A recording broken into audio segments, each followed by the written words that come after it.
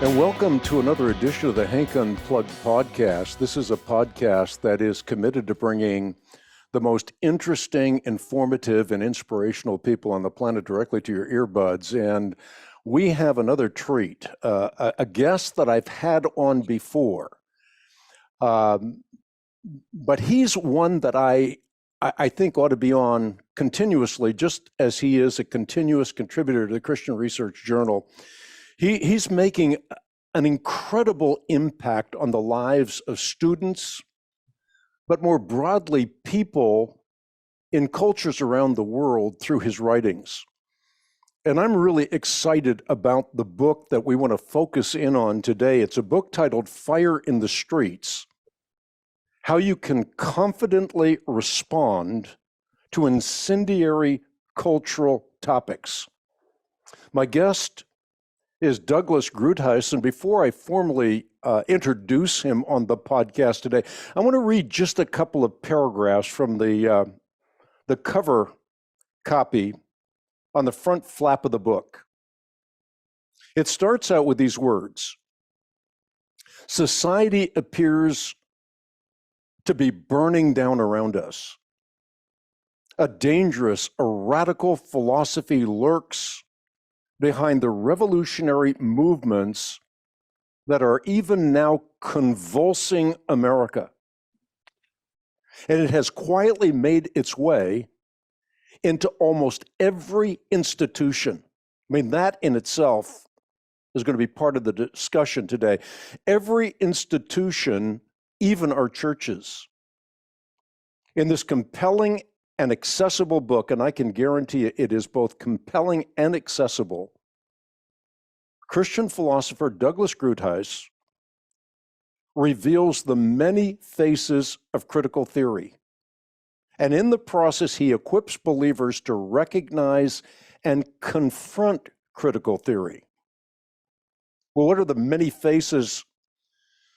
Well, Black Lives Matter, Antifa, critical race theory, social justice. The list of pathologies goes on. All are forms of a cultural Marxism that divides society into oppressors and the oppressed, depicting American history as a 400-year pageant of injustice. It is an ideology as toxic as it is false. And I think those two paragraphs in and of themselves are warrant to get this book. It is available for those who stand shoulder to shoulder with us in the battle for life and truth. You can get your copy on the web at equip.org. You can also write me at Box 8500, Charlotte, North Carolina, zip code 28271. Douglas Groothuis, who is the author of this incredible resource, is a professor of philosophy at Denver Seminary. He's an author of many books, including the book we're talking about right now. He's widely published in both scholarly and popular journals. I think I mentioned he's a frequent contributor to the Christian Research Journal. And this book is a must-read because it's dealing with an ideology that has the power to burn down a culture that has made an impact around the world. This is about rescuing Western civilization. Doug, I'm delighted to have you on Hank Unplugged today. Well, thank you. Happy to be back. You know, speaking of the Christian Research Journal, our departed friend Elliot Miller said that besides you, I had written more articles for the Christian Research Journal than anybody else. That was probably 15 years ago when he said that. So we've had a long standing relationship going way back to the Walter Martin days. So I'm very happy to be here. Yeah, your contributions have been immense. I want to start this podcast by asking a basic question. I think as much as we've talked about critical theory in America over the last few years, a lot of people don't have a handle on exactly what critical theory is, what it represents, and the threat that it is to Western civilization. Right. It sounds good if you compare it to critical thinking. We should be critical thinkers. We should test truth claims through logic and evidence. We should be careful to not fall for logical fallacies or ideological platitudes and so on. However, the word critical theory ultimately goes back to Marxism. So Marx and Engels developed their revolutionary philosophy in the mid to late 19th century, and they believed that society was incessantly one of economic conflict, where the owners are oppressing and exploiting the workers. And eventually this would lead to a revolution in which the workers would overthrow the systems of power and create what was called a dictatorship of the proletariat. And eventually this would pass away and there would be no class divisions because the engine of oppression would be gone, namely private property and profit making. Now, if you fast forward sometime to Frankfurt, Germany in the 20s and 30s, there were a group of Marxists, and everyone I'm talking about is an atheist. Marx and Engels said the critique of religion is the beginning of all social critique. They were ardent, adamant atheists and opponents of all religion, particularly Christianity. But if you fast forward to about the late 20s and 30s in Frankfurt, Germany, you had thinkers like Herbert Marcuse and Max Horkheimer, Erich Fromm, and others. And they realized that Marx and Engels' predictions had not come true, that the working class had not fomented revolution from the bottom up to overthrow the tyrannical landlords. There had been revolutionary and socialist activity, but it really didn't play out according to the Marxist account of things. So they said, well, we have to remain Marxists. We will remain atheists, but we need to deepen the critique. We need to go beyond economic exploitation and talk about cultural exploitation. So critical theory was developed as a type of updating Marxism. You can call it cultural Marxism or neo-Marxism. And people like Herbert Marcuse and others said that the level of oppression is far deeper than just property and profit. So if you are a person of color, you are intrinsically oppressed by any Western sort of democratic system. And if you are a person who is not of the sexual majorities, if you're a sexual minority, then you are oppressed also. So basically the idea was, let's broaden the net and talk not just about people who don't make a lot of money, the workers, but let's talk about those who are not conforming to typical mores of society about gender, and let's extend it also to people of color. And the idea is that the white, to use a more modern term, heteronormative majority are oppressing everyone else simply by virtue of being part of this group. So critical theory deals with groups. It doesn't deal with individuals as having unique value in the sight of God. That's a Christian view, and you cannot support that outside of a Christian or Jewish worldview. And remember, we're talking about atheists. So they see what they call injustice in society, and some of what they point out is right, but they don't understand the human condition, and they don't understand the strengths of a constitutional republic as we have in the United States. So what you saw in the summer of 2020 with the George Floyd riots was the idea that America is fundamentally corrupt and it has to be torn down, even burned down, even literally burned down.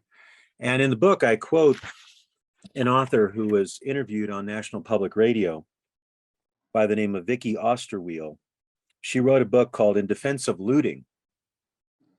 When I use the word looting, I mean the mass expropriation of property, mass shoplifting during a moment of upheaval or riot. That's the thing I'm defending. She says this on National Public Radio, which is supported by our tax dollars, and she was not given any challenge by the host. So the idea is that the whole structure of society is oppressive. Wealth is concentrated in white males mostly. And so if you don't have a great concentration of wealth, especially if you're poorer or you're a person of color, female, whatever, then you have a right to expropriate what has been taken from you. So there's no sense of property rights, no sense that the structures of American civilization can accommodate social change. such as the philosophy of the Declaration of Independence that God has given us inalienable rights, such as the First Amendment, that we have freedom of religion, freedom of speech, freedom of press, assembly, and so on. They really do want to fundamentally transform America because it is intrinsically and inexorably oppressive. So the term you hear is systemic racism. So I have a whole chapter on that in the book. Yeah, I kind of wanted to get into the R in CRT. So you have CT, then you have critical race theory. Maybe at a very basic level, define what the Marxists mean by race as opposed to a Christian talking about race. Right. Well, critical theory somewhere along the line became critical race theory. The assumptions are still Marxist and still errant, but you have people like Derek Bell, the legal scholar, who is an influence on Barack Obama, and Kimberly Crenshaw and others developing the racial aspect of it, but it's still essentially Marxist. So about 2 years ago, one of the leaders of Black Lives Matter came on YouTube and did a video, and she said, "We are trained Marxists." Now you might be thinking, what does that mean, trained Marxist? Would someone admit being an untrained Marxist? What she means is we're activists, we're revolutionaries. We want to bring down the whole system, right? So the idea is that if you are Black, you are oppressed. If you are Latino, Latina, you are oppressed. There's this general category of people of color are oppressed simply by being who they are. So it's neo-Marxism or cultural Marxism with a very strong racial component added to the economic component. And the Marxists, ever since day one, have tried to enlist disenfranchised minorities. The Communist Party, for decades and decades, tried to enlist African Americans to their cause in the United States and had pretty much failed. But they're looking for people who are discontent, maybe haven't done that well in society, and they capitalize on resentment and envy and a fix that seems just and seems right, which is not a fix at all, which is to burn down the system, destroy private property, destroy the profit motive, have everything controlled by the state, who will equitably bring about social peace and equality and so on. And where Marxism has taken hold around the world, it never has done that. Let's think of the Soviet Union and Lenin's use of Marxism and the use of Marxism by Mao Zedong in China, or Pol Pot in Cambodia, or the Castros in Cuba, or what's going on now in Venezuela. Marxism never ennobles or empowers people. It oppresses people. In fact, it tends to kill people. Some estimate that 100 million people were killed by their own civil governments in the 20th century through Marxism. 100 million. That's in the Black Book of Communism that came out about 20 years ago. Now, why is that? It's because there's no God. It's a thoroughly godless worldview. So there's no fear of God. So what matters is political revolution and this idea of some future utopia. So if you're not with the revolutionary vanguard, that is, if you're not one of the trained Marxists, then you suffer from what they call false consciousness. You don't understand the world, and you can't be talked out of your viewpoint. You have to be silenced. To use our language now, you have to be canceled. But cancellation can get very serious in terms of imprisonment, even in terms of execution. So it is not the American ideal of a marketplace of ideas. However imperfectly we work that out in our history, we have the First Amendment, freedom of religion, freedom of speech, freedom of assembly, all right? Critical race theory does not hold to that as an ideal. In fact, it thinks that's a fraud.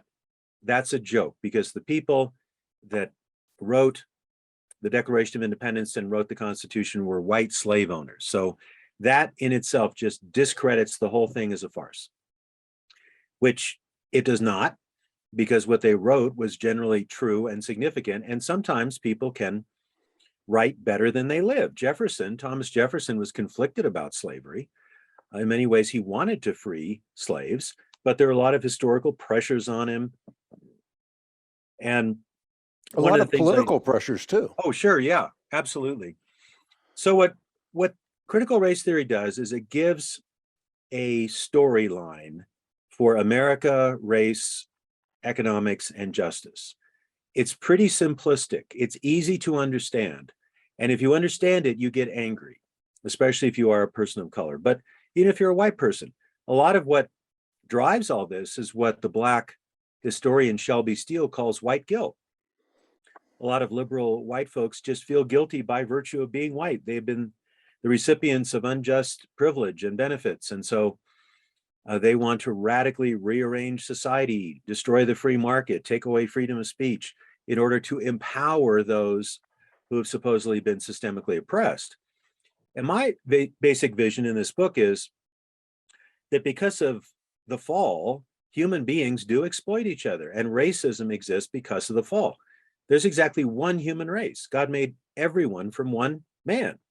There's one God, one human race, two genders. We're all fallen, one savior. Let's do the math on these things, all right? So there's not a multiplicity of races. There's one race with different histories, different backgrounds, different nations of origin, and all these things. And so a Christian view says that we are all made in the image and likeness of God. So we bear unique, irreducible value. We have a philosophical reason to hold that. And we also believe that every human being is selfish and sinful. So people will gain for themselves, and people like them, unjust power. But in the United States, we have a history of addressing these things. Think of the sad situation in the Civil War. We had about 250,000 Union troops died to free the slaves in the Civil War. Think of the civil rights movement to deal with the inequities of the Jim Crow period. And think of the betterment of people of color in the United States. We had an African-American president for 2 terms. Whether you liked him or not, the fact that he was elected, I think, was very significant. So the Black Lives Matter people say things like the civil rights movement was really a sham. It didn't accomplish very much that was good at all. People like Derek Bell will say that. So critical race theory, Black Lives Matter people will say it's not radical enough. So you see, Martin Luther King believed in American ideals. When he spoke at the Capitol in 1963 or 4, he talked about the magnificent documents of the Declaration of Independence and the Constitution. And he said, we're here to hold America accountable to the ideals of these documents. He didn't say burn it down. He didn't say the system is corrupt. He didn't say America is based on slavery, so we have to destroy it and start over again. He was trying to reclaim the brilliance of these American founding principles. But don't be deceived. The people who are animated by critical race theory, the Black Lives Matter people, the Antifa people, do not hold that at all. I think it's correct to say that Marx coined the word capitalism. Given the fact that we are intrinsically selfish, we're sinful, why is capitalism the right way to go? Why did Marx coin this in a pejorative sense, and we're talking about it in a positive sense, particularly if you add the word Christian capitalism, responsibility associated with wealth? Right. I believe Marx did coin that term, and I prefer to use the word free enterprise or the free market system. For example, when AOC was asked why she was a socialist, she said, well, just think of the words. Capitalism is about money. It's about greed. It's about acquisitiveness. And socialism is about being social and loving people. So we got to go a little deeper than that. The free market is based on the assumption that human beings should have private property, and that there's such a thing as property rights, and that the best economic arrangement is one of generally free exchange among consenting parties. Now, in a fallen world, that's not going to work out perfectly, of course. However, one of the ingenious aspects of the free market, as Adam Smith pointed out, is that even when people are selfish, they often supply goods and services to others anyway. So let's say someone like Bill Gates did everything he did for selfish reasons. I'm not saying he did. Still, look at the products that he produced, the jobs he produced, the opportunities he produced. The problem with socialism is it concentrates political and economic power in the state, and the state has a monopoly on legitimate violence. So the state can say, give us this much tax money, and you can't say, I'm sorry, I don't feel like it today.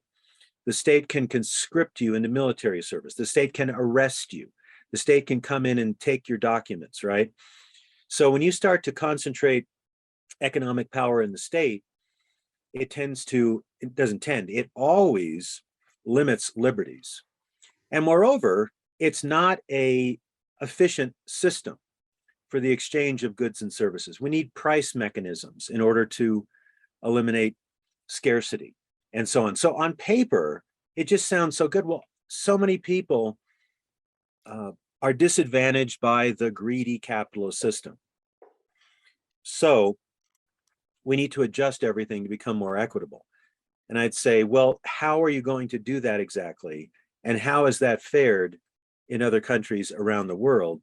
And what is the dark side of all this? And the dark side of it is state power. It's called statism, essentially. So I have a chapter in the book called Should We Torch the Free Market? Because critical race theory is socialist.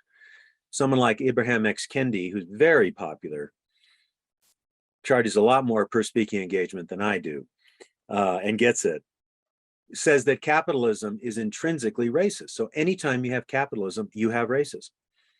No, racism comes out of the fall. And you find racists in socialist countries, monarchies, free market oriented countries. It's not the result of capitalism by any means. In fact, capitalism, if you want to use that word, I'd rather say free market, gives people opportunities to advance. And even during the Jim Crow period, which was unjust and wrong legally in the United States, many African Americans, and Bob Munson has pointed this out, developed parallel cultures, parallel institutions. They were segregated, so they developed schools, they developed businesses using their own fortitude, ingenuity, and grit, even though they were oppressed, and they should not have been, through the Jim Crow period. But they had some economic opportunities to create parallel institutions. I'm not arguing for this, but I'm saying that when you leave people to their own creative abilities, you let them exchange goods and services. And of course, you have the enforcement of contracts, and you might need antitrust laws. That gets very complicated. But the bottom line here is that you do not create a racially just society through socialism. That is not the answer. Well, why are so many young people buying into socialism, given what you have just said? You have the famine, you have the slaughter, you have the destabilization of societies, you have the 100 million that you alluded to, and now with the gradual opening of the Chinese archives, we're finding out that 100 million is actually understating the problem significantly. Right. Why is it that today's youth are buying into this in mass? Obviously, you're an educator, and you know how this bad ideology has permeated the institutions, including Christian institutions, but Right. particularly educational institutions, environmental institutions, and entertainment institutions, et cetera. Yeah. Right. Well, there are two things. First is just rank ignorance. A lot of young people don't know world history. They don't know the history of the 20th century. They don't know the history of philosophy, political ideology. They haven't understood Marx and Engels, and they haven't seen what Lenin did in the Soviet Union, what Mao Zedong did in China. So a lot of it is ignorance. The other part is a smokescreen where people will say, oh, we want democratic socialism. We don't want Marxist totalitarianism. We want the best of both worlds. Well, when you look at the leaders in critical race theory and Black Lives Matter and so on, they go right back to Marx and Engels. They go back to, we need revolution, and we will do what it takes to have revolution.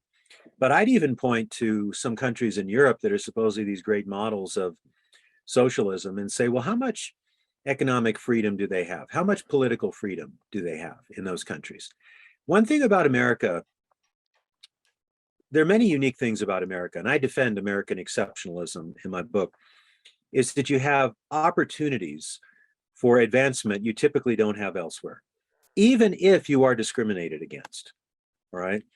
So let me give you a personal example. A friend of mine knew a family that moved to the United States from France. And the reason they moved is that the man had reached a certain level of achievement in his profession. And because of the taxation structure and the socialist government, he couldn't do any better. He had reached a plateau. So they moved to the United States, where he could use his abilities much more freely and develop more wealth and use his gifts with greater liberty. So when people say, well, we want democratic socialism, and it's just unfair that so few people have so much money, let's do some economics 101. I dedicated my book to one of my intellectual heroes, who is Thomas Sowell. And I've been reading Thomas Sowell for 40 years. He's an economist, historian, African-American, former Marxist, interestingly, and he's written a great critique of Marxism. But the people that clamor for socialism don't understand how economics works. They have this airy-fairy ideal of a perfect society, or a much more equitable society. And if we just mean well, and we have this, what Sowell calls the vision of the anointed, you have these people that say, well, let's tax the rich, give to the poor, make sure we don't have capital accumulating and have the government in control of this. It's unworkable. And every economic system east of Eden will have wealth differentials. And in fact, they're not intrinsically wrong. So, back to Bill Gates, and I'm no big fan of Bill Gates, but he's a very wealthy man. He's brought a lot of good into the world through his enterprise, right? Even if he was selfish, he's provided goods and services for many people. And for all I know, Bill Gates never broke the law in doing so. So has he taken anything from anybody? Has Elon Musk stolen anything from anybody? Well, maybe there could be a court case against him or something. But my point is that in a free market situation, you can make a tremendous amount of money developing industries, services, and all the rest of it. But typically, really wealthy people don't just hold on to their money and stuff it into 100 mattresses. They invest it. And when they invest it, that creates economic opportunity for other people. When you make everything controlled by the state is not alert and receptive to what's going on the ground. And Thomas Sowell has some terrific examples of this in the old Soviet Union, where there wasn't a market to allocate goods and services. It was all from the top down. Mm-hmm. So you had warehouses full of goods, like full of tractors, and a few hundred miles away, farmers didn't have any tractors to use. Why? There was no market mechanism to share the information and bring the goods and services where they belong. So a lot of left-wing critical race theory ideas about justice and economics are based on a fundamental ignorance of how markets work, and also a fundamental ignorance that even greed, and greed is a sin according to scripture, according to Jesus, even greed works better in a free market than it works in a socialist setting, because greed can produce good effects in a free market situation, where in a socialist situation, you have the bureaucrats that get all the power, all the money, and they have it and they enforce it on everybody else, and they can't go broke. They can't fail to compete in the market because they're not in a market. They're just bureaucrats with power from the top down. So one of the burdens of my book is to argue for the free market from a Christian viewpoint, from a historical, from an economic viewpoint. Talk about some of the people that you mentioned in the conversation thus far. Herbert Marcuse, and the impact he had on Angela Davis, and yes, Angela Davis on Black Lives Matter, et cetera. Right. Well, Marcuse came to the United States, I believe, in the 30s to escape Hitler, and he was given a warm and receptive domicile here, I believe at Columbia to start with, and then he ended up at the University of California at Berkeley, and was very popular back in the day. He had a book called One Dimensional Man that was a bestseller. He was giving a new version of Marxism that was really the animating force of what was called the New Left back in the day. In fact, the old phrase, make love, not war, is probably traceable to him, because he said, we're not just economically oppressed, we're sexually oppressed. So he combined a kind of libertarian view of Freud with Marx to say, Americans are sexually oppressed, and this is part of the economic structure of oppression. So freedom means not only spreading the wealth around, it also means engaging in all this pent-up sexuality to experience true freedom and liberation. And he was chiming in with the thoughts of Wilhelm Reich and others. So all this really works together. Now, one of his mentees was Angela Davis, the African-American activist, and she became a professor, one of the many tenured radicals. And the Black Lives Matter folks will say that she was a mentor to them. So I've got a book up on my shelf somewhere by Patricia Cullors, which she's one of the Black Lives Matter founders. I'm not sure if she's still with the group. And it has a foreword by Angela Davis. So you go Marx and Engels, Marcuse, Angela Davis, Black Lives Matter, throw in Derek Bell with legal theory, Derek Bell, who influenced Barack Obama significantly.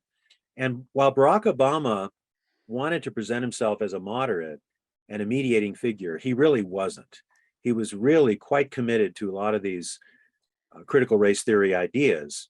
And now we're seeing those things come to fruition just with a vengeance in the Biden administration, because the first day or the first week President Biden was in office, he said, we support the diversity, equity, inclusion agenda, which is essentially critical race theory, just another word for critical race theory. In your book, you offer a crash course on media discernment, and I think this is worthwhile cashing out in the podcast. Yeah. Well, our problems go very deep in the United States, and part of it is how we access information about society. I've already talked about the problem of ignorance. People are not taught the history of philosophy, the history of socialism, and so on.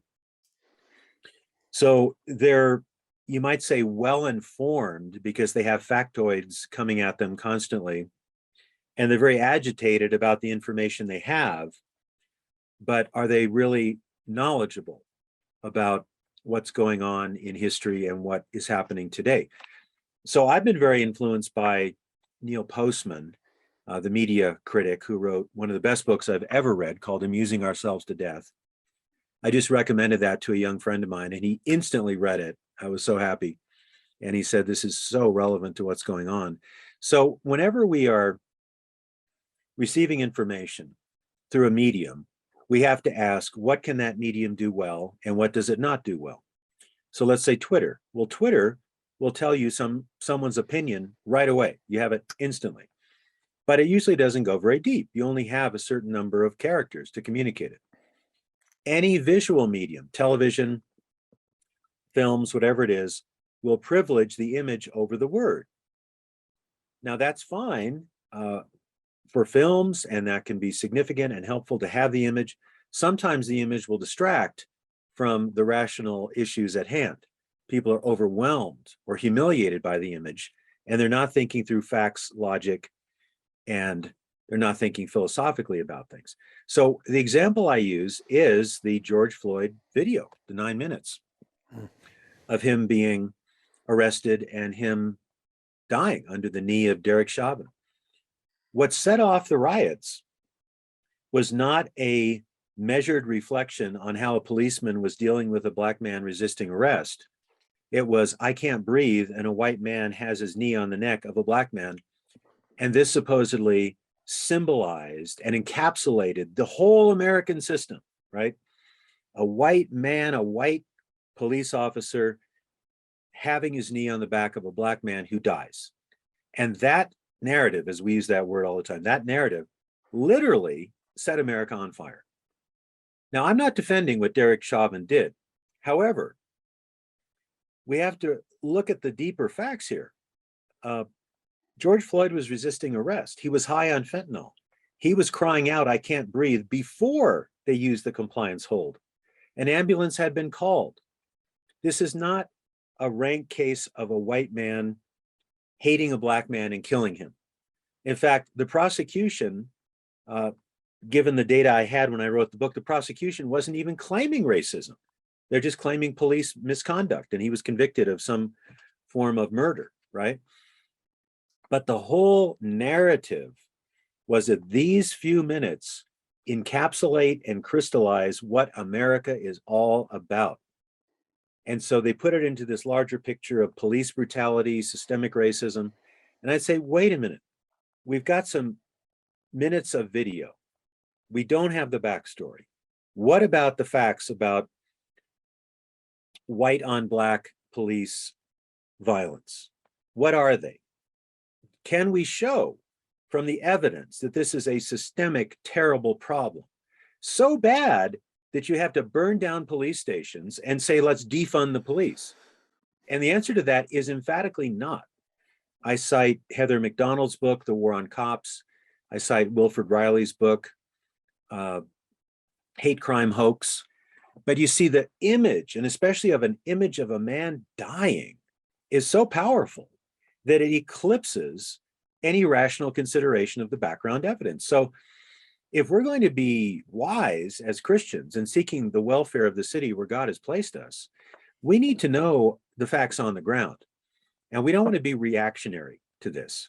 You've got to do some research here.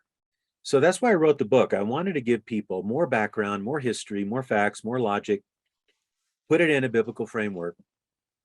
The book's about 250 pages and 500 footnotes. So as J.P. Moreland said in his endorsement, if you disagree with what Doug says, then present a better viewpoint. Calling me names is not an argument. That's just an ad hominem fallacy.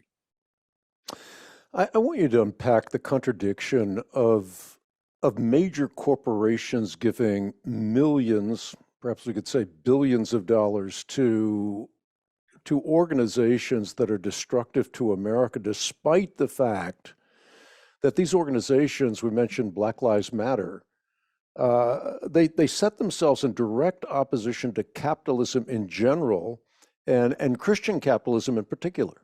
Mm-hmm.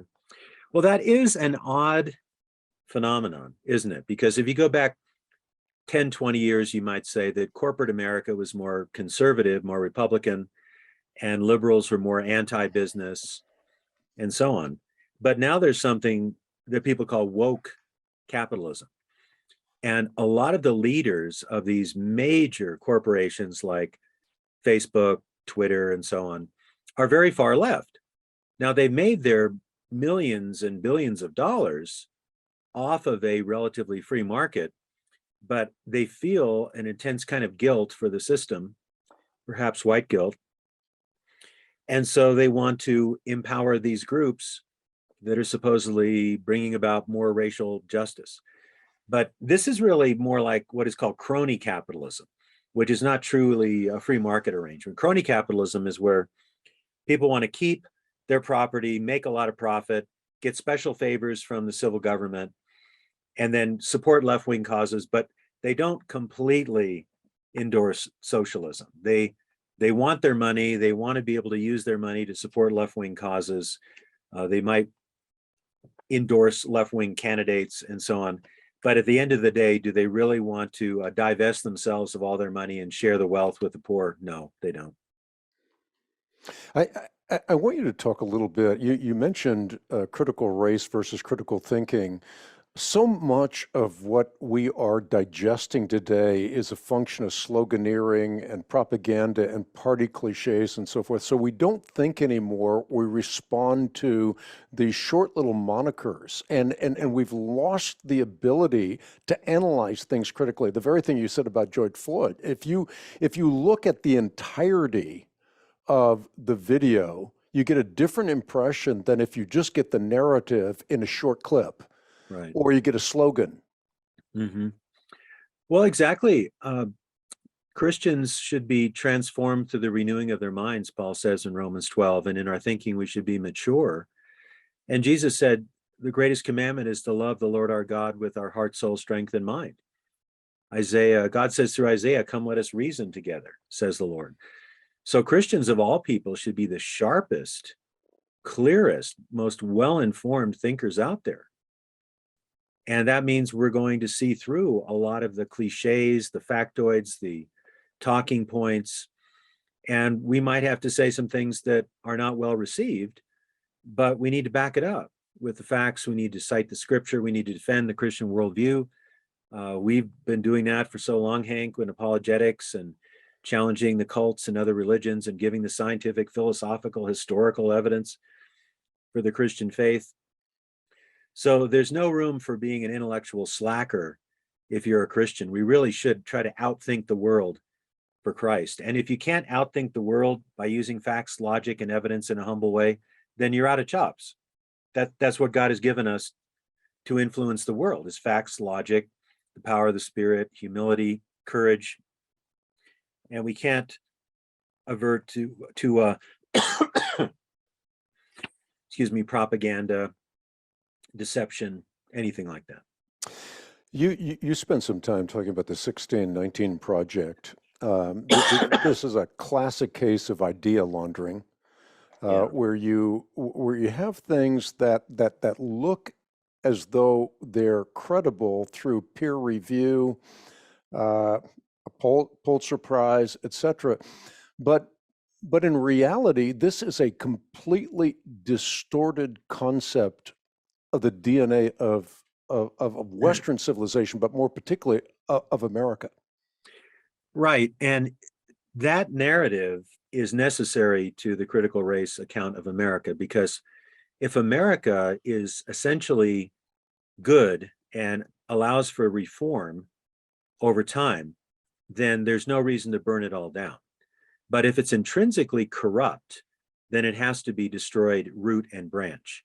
So the 1619 Project was originally an insert in the New York Times in 2019. I remember getting it because I used to get the Sunday New York Times hard copy. I was looking through it and I thought, they're claiming 1619 is the real founding of America and the Declaration of Independence is a fraud. The Constitution is racist. I thought, well, that's just absurd. This is not going to get any traction. Well, I was sure wrong about that. The traction really came a year later after the George Floyd death. In fact, the principal architect of the 1619 Project, Hannah Jones, forgot her first name. Nicole Hannah Jones, said that the 2020 riots were the 1619 riots, and she was proud of that. So you have to consider some things here about the 1619 Project. It was an insert, I think about a 100-page insert in the New York Times. It had no documentation. It was not peer reviewed. And it cast a different vision of America as originally, institutionally, systemically oppressive. Everything about America is based on slavery, right? That's the controlling storyline. And it was attacked even by left-wing people. In my book, I document a group of Trotskyites. Trotskyites were the ones that lost in the Russian Revolution because Lenin's men took over. But a group of Trotskyites wrote a whole book against the 1619 Project because it's such bad history. And I think you have a guest coming on to talk about this in more detail. They did come out with a full book right around the time I was finishing my book, so I didn't have time to read that whole book and critique it. But suffice to say that while slavery is a terrible blight on America, the whole system of the United States is not based philosophically or economically on slavery. And moreover, slavery is not anything unique to white people or to Americans. Slavery happens because of the fall. And various groups of people have enslaved others throughout world history. Thomas Sowell has written on this. There were even blacks in the United States who owned black slaves. I document that. Thomas Sowell has written about that. Racism is wrong. Slavery was wrong. But America was able to overcome that. And moreover, it wasn't that all of America was always pro-slavery. We had the North and we had the South. So the storyline of the 1619 Project is aimed to overthrow and discredit America, qua America. That is, America as America has to be overcome, has to be destroyed. And I say, no, America is a good idea. We are an exceptional nation, and we have been able to reform ourselves on the basis of our best principles over time. And there was a Black conservative radio host and author some years ago, I think he's retired, named Ken Hamblin. He was out of Denver. He wrote a book with this great title called Find a Better Country. I don't think you can find a better country than the United States. That's no pass for present problems, for past injustices. But really, do you want to live in Cuba? Do you want to live in China? Do you want to live in Venezuela? Do you even want to live in France, where your opportunities are going to be restricted through the socialism? I don't think so. I hope not, anyway. Yeah, I think one of the points that you made earlier on in this podcast is the need to know history, the need to know Right. the Declaration of Independence, the Constitution, what the Revolutionary War was about, what the Civil War was about. Even though those things seem so basic, I would guess that most Americans today are illiterate when it comes to the basics.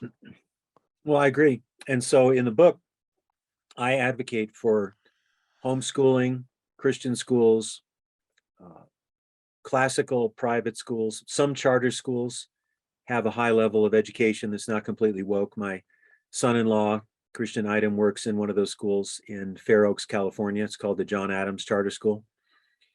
So we have to think in terms of future generations. We have to educate people in terms of critical thinking, logic, rhetoric. What does the Bible teach? How do we defend the Bible? What is America about? What happened with the Constitution? What does the Constitution say? What is the amendment process? What happened in the civil rights movement? And just get smart. You know, I'm an educator, I'm a professor, so I spend all my time reading and studying, but you don't have to be a professor to get smart on some of these basic issues. You know, if you want the really big picture of how Christianity relates to Western civilization, I would read Francis Schaeffer's book, How Should We Then Live?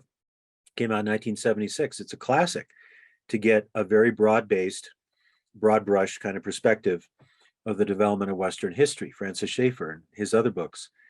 And I try in my book to give you the basis of the American experiment, American exceptionalism, the moral basis for a free market, the significance of free speech. I have one chapter called The Christian Framework, which is explicitly apologetics. There's some folks that are very anti-critical race theory who are atheists, people like Peter Boghossian and James Lindsley. I think Lindsley and his co-author Helen Pluckrose are atheists. They really have nothing to base their critique on. They say we need to value the individual, freedom of speech is important to find truth. They say, wait a minute, you need a Christian worldview to ground those ideas. If you're an atheist, we're here for no reason. There's no reason to think our intellectual equipment even connects to reality. And why not just be involved in various power games? Survival of the fittest, essentially. So I critique atheism as an inadequate support for historic Western and American liberties. And I say that a Christian worldview gives us a realistic understanding of the human condition. We're great by virtue of being made in God's image, and we are fallen by virtue of what happened in Genesis 3, that the human race is east of Eden. But we're still made in the image and likeness of God. We still have value. And it's far better to have a society where you give people freedom of speech and a limited government than any kind of socialistic false utopianism. You know, if you don't know the Constitution, then you're ripe for the picking. You can buy into all kinds of myths. There's a prevalent myth that's being communicated that according to the Constitution, Black people count as 3/5 of a human being. Well, if you don't know the truth, you're going to buy the lie. Particularly Exactly. when it's communicated over and over again. Yeah. Oh, it is all the time. I've even seen this in conservative books claiming this. And I spend, I think, 4 or 5 pages on it. To understand what's going on, you need to understand something of the history. So the Constitution was written in order for the North and the South to have a compact. And if they didn't have some kind of document that defined who they were, you would have had a Northern nation and a Southern nation, one free and one slave. So the South wanted their slaves to count as one for representation in the legislature, even though, of course, they couldn't vote, but they wanted every slave, and the word slave is never used in the Constitution. Race is not even used in the Constitution. It's used in the Southern Constitution, which lost out, thank God. But the idea was the North said, well, we will give you 3/5 of a vote for every enslaved person. And the South agreed to that. It's sad that there had to be a compromise, but it's a compromise. It's not a statement of principle. We as the United States believe that African Americans are 3/5 the value of a white person. That is not any part of it whatsoever. It was a compromise. And actually the North was trying to limit the voting power of the South by not giving them the full voting power of the slaves who were not allowed to vote anyway. So, the congressmen are chosen on the basis of the population of the state. And the South wanted to count their slave population. So they wanted to have all the representation of the slaves. And the North said, we don't want you to have that much power. We'll give you 3/5. I go into quite a bit of detail about that. But what you hear is America is originally systemically, institutionally oppressive. The white founders and the white writers of the Constitution thought blacks were worth 3/5 of a human being. Well, I'll give you a good German word, Bullgeschichte.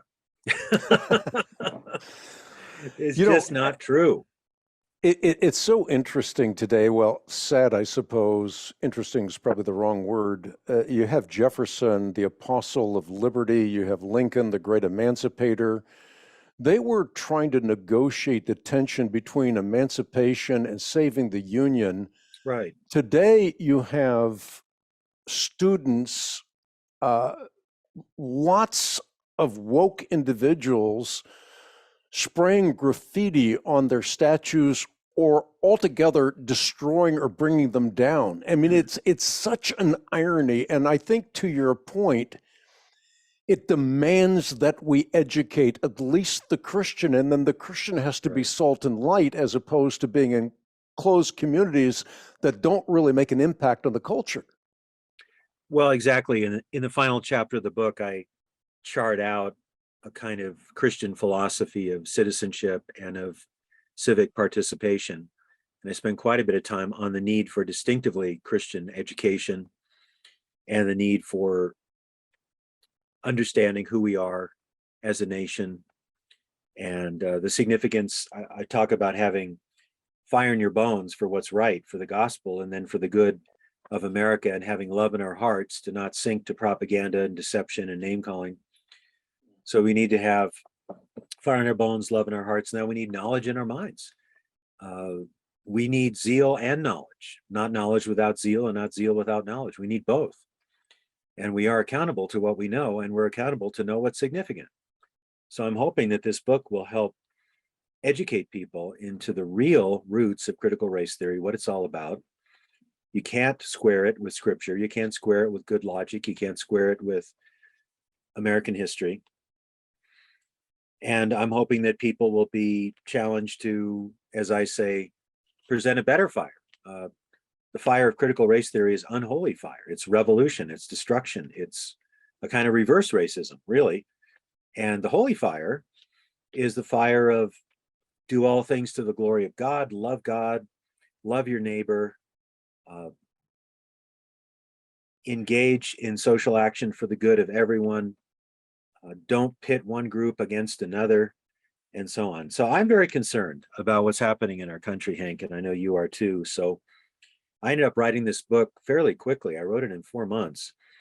Oh, my and I was goodness. able to find a publisher right away, but I was very motivated and very enthusiastic to get this book out there because when I started thinking about writing the book, I was in rural Alaska. And my wife, Kathleen, and I thought maybe we should just stay there. I teach at Denver Seminary and I'm in Denver most of the year. But in the summer of 2020, when the whole country was blowing up, we thought maybe we should just stay here for a few years until things calmed down. I could teach by Zoom for the seminary. So I called up a number of my friends in Denver, pastors and others. And I said, do you think it's safe to come back? That shows how severe things were. And that's not something that is simply in the past. That kind of thing can happen again. We're already seeing all kinds of violence against pregnancy centers in the United States after the Dobbs decision. A lot of people's first recourse when they're upset politically now is violence. I want you to mention, or at least comment on, you mentioned earlier Ibram Kendi. Mm-hmm.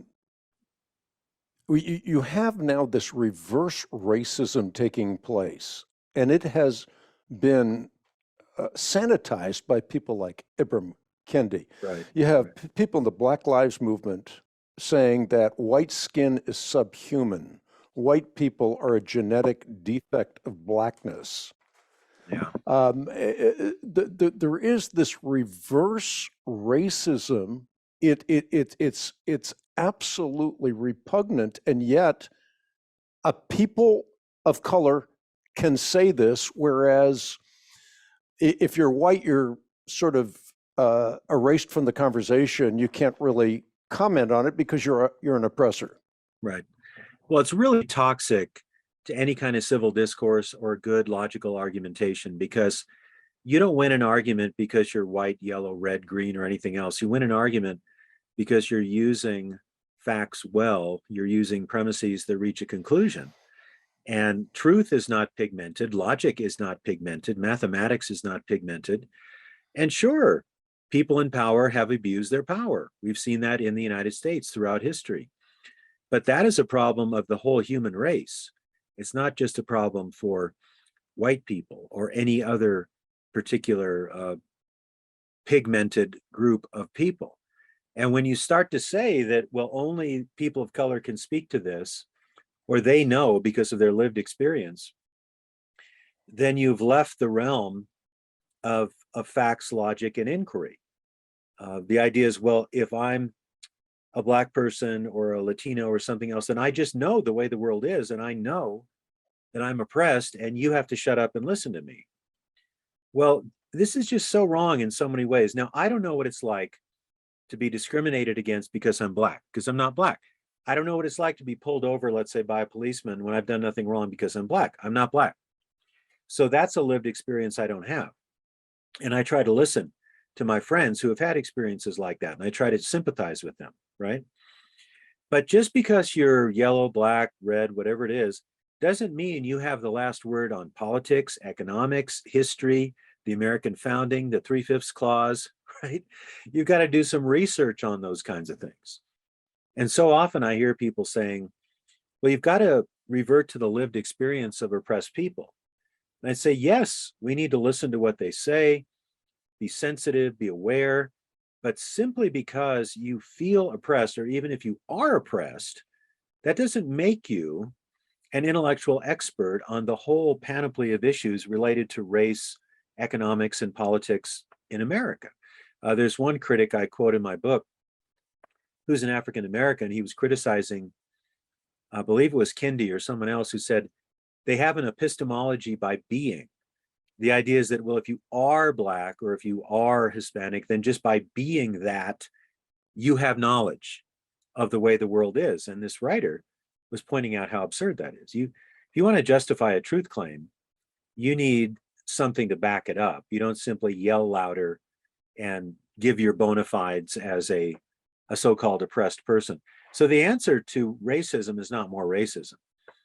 The answer to inequality is not more inequality. It's opportunity. So I just shamelessly advocate for meritocracy. You know, the historic and American ideal, what Martin Luther King believed, that all men are created equal. And so we should give people equal opportunities and disallow anything structurally that's going to inhibit people's opportunities. But trying to ensure statistically representative outcomes is not wise. So if you say you have 13% of Americans who are Black, therefore we need 13% of Americans as airline pilots. Excuse me. Well, what causes the discrepancy? I'd say 50 years ago, racism would be a big part of that. Probably not today. There are all kinds of reasons. So Thomas Sowell has been writing about this for years. It's just really weak and pitiful social science to think that if you don't have statistical representation by way of racial percentages, that racism is the explanation. Help us That's what Kendi understand. says. Yeah, help us understand the difference between equality and equity. Right. These words are being used, and oftentimes people don't understand what's behind the term equity. Yeah, equity means proportional outcomes. So if you talk about diversity, equity, inclusion, you say, well, we have professors or we have police officers or we have pilots. And if we don't have 13% African Americans or 11% Hispanics, then the default explanation is racism. And that's where things go wrong, because there's so many social factors that create different representation. One of them, as Thomas Sowell points out, is average age. So go to economic achievement for a minute. The average age of a Japanese American is 51, I believe. So if you're 51, you've probably gathered quite a bit of wealth, you've had various jobs and so on. The average age of a Black person in the US is in the 20s. So if you're talking about average income or achievement, you've got to look at things like age. How long have people been finding jobs, making money, developing their career? You also have to consider things like self-selection. You see this in something like nursing. Most nurses are women. Does that mean that men are being discriminated against? Probably not. Jordan Peterson has pointed out this kind of thing. So the Kendi approach is, if we don't have perfect representation across the board for the ideal fields, then racism is the cause. And because racism is the cause, we need to discriminate against whites in order to elevate people of color. So we have to make race and ethnicity and sex primary, and the idea of ability and achievement ends up being secondary. This kind of idea has been at work in affirmative action in the United States for 50, 60 years. But equity is basically affirmative action on steroids. We're going to guarantee certain outcomes. And I was just reading an article by Heather McDonald in City Journal, put out by the Manhattan Institute. And she is saying that these ideas of equity are now being used in medical schools. Mm-hmm. Whoa. I mean, in medical schools, we need to test and educate according to objective standards of competence. And what she points out is that because the representation in medical schools or among physicians is not the percentage that the critical race theory people want, that the standards are starting to be lowered. Now, for one thing, that's an insult, I think, to people of color. Well, we have to somehow lower the standards, or the standards are supposedly intrinsically racist, so we have to change them so they're no longer racist. But in areas like that, airline pilots, medicine, you have to have a meritocracy, period. Not to have a meritocracy is just insane and actually dangerous. Yeah. And someone like yeah, go ahead, Hank. No, you mentioned the word affirmative action. If you did an autopsy on affirmative action, what would you find? Well, yeah, that's a big question, probably bigger than I can answer very thoroughly. But I hold the view held by Thomas Sowell, African-American economist, Shelby Steele, African-American historian, that affirmative action was really not a good idea for African-Americans. The late Walter Williams believed the same, because it takes something you're born with and brings it to the level of ability. The original affirmative action goal was not to put race above ability. And I quote that in my book. It was to make sure everything is fair and to try to recruit as broadly as possible to bring in minorities or people of color into various opportunities. It wasn't to give someone an advantage because they happen to be Hispanic or Black. It was to truly give opportunity to everyone to excel. But what that has turned into is making sex and race and now sexual identity primary, and not making merit and ability primary. So they say How that, did, yeah, no, I go mean, ahead. we have ideas like a level playing field. Let's have a level playing field. And people who hold to the critical race theory perspective and the far left would say, oh, that's a myth. Level playing field is just racism under another image. We need to actively discriminate in order to bring people of color into these positions, even if that means changing standards in medical school, changing standards of aviation. I say this is really getting absurd. It is Let's getting just let absurd. people achieve according to their abilities. And that's fine, because races are not in hierarchies. We're all created in the image and likeness of God.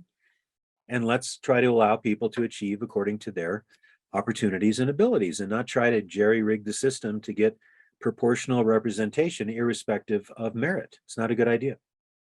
How does CRT, critical race theory, oppose the American ideal of freedom of speech? Well, it's because they hold to their view in an ideological way. So the notion is that race and class control how you think and how you interact with the world. So there really is no rational discourse that is a good idea to find the truth.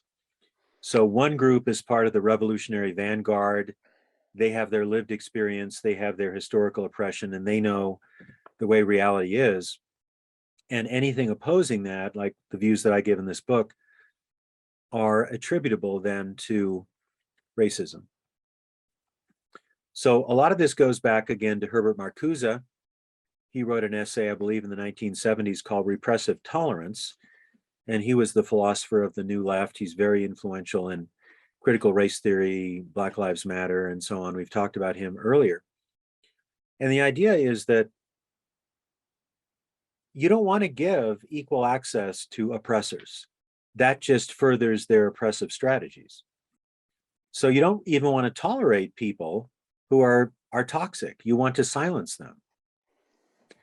And this is not the idea of may the best argument win, or something like John Stuart Mill, who said, if you only know your own view, you probably don't know it very well. You need to know other views as well as your own view to really comprehend what you believe and why. This is basically, there's one side that has it right because of their ethnicity or their sexual identity, and the other side is wrong, and we don't have to argue with them. We don't have to provide better support for our view. We don't have to even critique their view. We just want to silence them or cancel them. I'm seeing this all over. It's very dangerous because it's replacing the ideal of civil discourse with the ideal of ideological control. That's why I've got this t-shirt on that says, think while it's still legal. And I've got some other protest kind of t-shirts. I'm a philosopher and I'm a Christian. And Jesus said, if you're truly my disciples, you will know the truth and the truth will set you free. Well, the best way to know the truth is by being a critical thinker and by listening to the views of other people. And when we do apologetics, we listen to the best arguments from the atheists, the Muslims, the Buddhists. We give a Christian response to those arguments. And we should do the same thing, whether it's in economics, politics, education, and to just shut down the other side because you label it as toxic or transphobic, homophobic, Christian haters, whatever it is not good for the country. It's not good for anybody. And we're seeing this with woke capitalists just taking people off of platforms and statements being issued that we shouldn't even let pro-life people have a voice in the media. I don't have the details on that, but I just read an article on that recently. And, this goes way back. I mean, it goes back to Marcuse, repressive tolerance, but it's like the Marcuse bonfire has been burning and kind of smoldering for a long time. And now it's just everywhere. The flames are leaping up everywhere, and it's not even there's no pretense that, well, we value free speech, but we just don't like your speech. No, it's basically free speech is a myth of the white oppressive system, and we don't have to follow it. And we will shut you down. We'll take you off the platform. We will cast aspersions upon you, and you're not even worth listening to anymore. So I have a whole chapter on that, on ideology and free speech. I just want your gut level assessment of where we are and whether you see hope. And even if you don't see hope, why we have to continue to be vigilant in this battle. We have to continue writing books like this, talking about the issues. Just your assessment. I don't really know. I do know that Christians are called to be faithful as followers of Jesus, to live out the gospel, proclaim it, defend it, and we should be ideal citizens in our country and try to speak the truth in love, however and wherever we can. I think we're in a very bad way in the United States. That's why I wrote this book. This is actually my first book of political and social criticism. It's all directed to the situation in the United States. My other books have touched on those things, but they've been more in the area of philosophy and apologetics and cults and things like that. But I felt a real urgency to write this book, and it comes out of many years of studying American history and economics and politics and so on. So it really didn't take me that long to write, because this was the issue, the George Floyd killing, the riots, and the kind of language that I was hearing about America is systemically racist, and we need to plunder, we need to loot in order to equalize the wealth. And I'm hearing all these things, and the cities are on fire. And I thought, well, I need to communicate what I think is true about America and about Christianity in relation to America, and what ideas are terribly wrong and dangerous, and what ideas have helped make America the exceptional nation that it is. So how this will turn out, I don't know. The issue is, are we faithful? Are we hopeful? And there's no reason to panic. I think it was Martin Lloyd-Jones who said, faith is the refusal to panic. So we want to hold fast to what is good and strengthen the things that remain. I want to strengthen everything that's good about America. But see, a lot of what's good about America is now being called evil. And woe to those who call good evil and evil good, Isaiah 5:20, who exchange darkness for light and light for darkness. I see a lot of that going on right now. A word from you to the churches, to the pastors, to the reality that the world has our kids 5 days a week, and oftentimes, if anything, the church has them for an hour. Yeah. Well, that doesn't work. We can't have it that way. So I think the best option is to have children in homeschooling, private schooling, Christian schooling, perhaps in charter schools that still have some decent standards. The public education has just gotten worse and worse, more and more influenced by critical race theory, gender ideology. I've been actually a critic of public schools for literally 40 years. I just reposted an essay I wrote 40 years ago, saying that if we want to have a substantial influence on our culture, we need to have a uniquely, distinctively Christian education. And you can't simply counteract everything that's going on in the state schools or everything going on in media with your kids involved with church 1 to 3 hours a week. We have a world and life view. We should have a world view that makes sense of the world, makes sense of history, makes sense of society. And at best, the state schools will teach history and economics and mathematics without any reference to God and without attacking Christian ideals. That's the best you're going to get. The worst, it's going to be actively attacking the Christian view of the family. It's going to be attacking the greatness of America, American exceptionalism, and so on. So I say, let's educate our children and our grandchildren according to Christian principles. Let's teach the Bible and how the Bible relates to economics and politics and all the rest of it. And let's talk about the many exemplary things about the United States as well as our sins. So education is crucial. Yeah. Fire in the Streets. I mean, it's the title of your book, and you talk about how the blaze got started, burning it all down, most combustible topics, a better fire. Talk about the theme of fire, just in a general sense, and how you use this theme to package the book so that you can take the complex and make it relatable, understandable, so we can do something with the information to make a difference while there's yet time.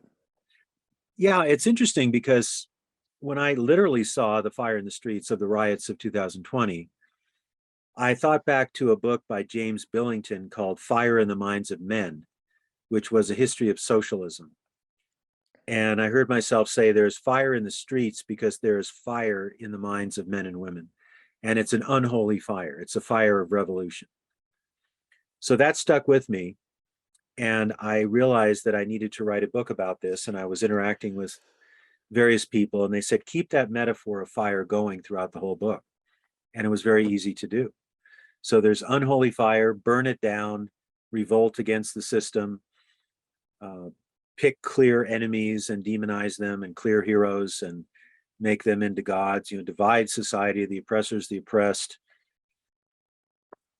And I take that to be bad fire. It's bad history, bad religion, bad everything. So the holy fire is truth and virtue. And that's all we have to work with, is truth and virtue and the power of the Holy Spirit. And thank God the kingdom of God is not bound to America. America can go up in smoke, and the kingdom of God marches on. The gates of hell will not prevail against the church. That's what I take my final solace in. And that my final resting place, not resting actually, my final abode, and for any Christian, is the new heavens and the new earth. And that's a place where there are no tears, no curse, where we are with the Lord and with each other and engaging in society and culture without the effects of sin. And what a glorious place that will be. But the only way that's achievable is through the supernatural intervention of God. We want to approximate it. We want to bring as much goodness and mercy and justice to the world we can. But if you try to bring heaven to earth without God, you end up with a living hell. And that's what we saw with the USSR, with Red China, with Cuba, with Cambodia. And sadly, we're seeing that kind of thing in the United States. And it's not the answer. The answer is in the book Fire in the Streets, how you can confidently respond to the incendiary cultural topics. Professor Douglas Groothuis, you have done a real service by writing the book, and I don't say that lightly. I read a lot of books. I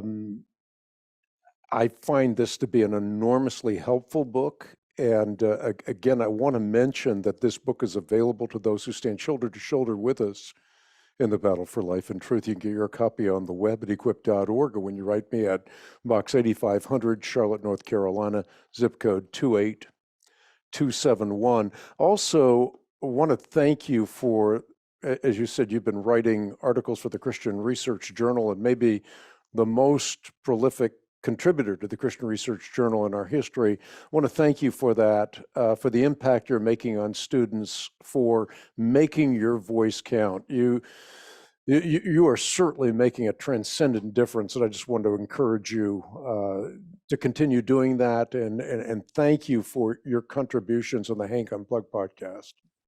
Well, thank you, Hank. I really appreciate it, and appreciate the good work you folks have been doing for all these years. God bless you, my friend. Bless you as well. And again, the book is available on the web at equip.org. You can also get your copy at Post Office Box 8500, Charlotte, North Carolina, zip code 28271. Fire in the Streets. It's absolutely critical reading. You can get your copy today as you stand shoulder to shoulder with us in the battle for life and truth. Thanks for tuning in to this edition of Hank Unplugged. Look forward to seeing you next time with more of the podcast.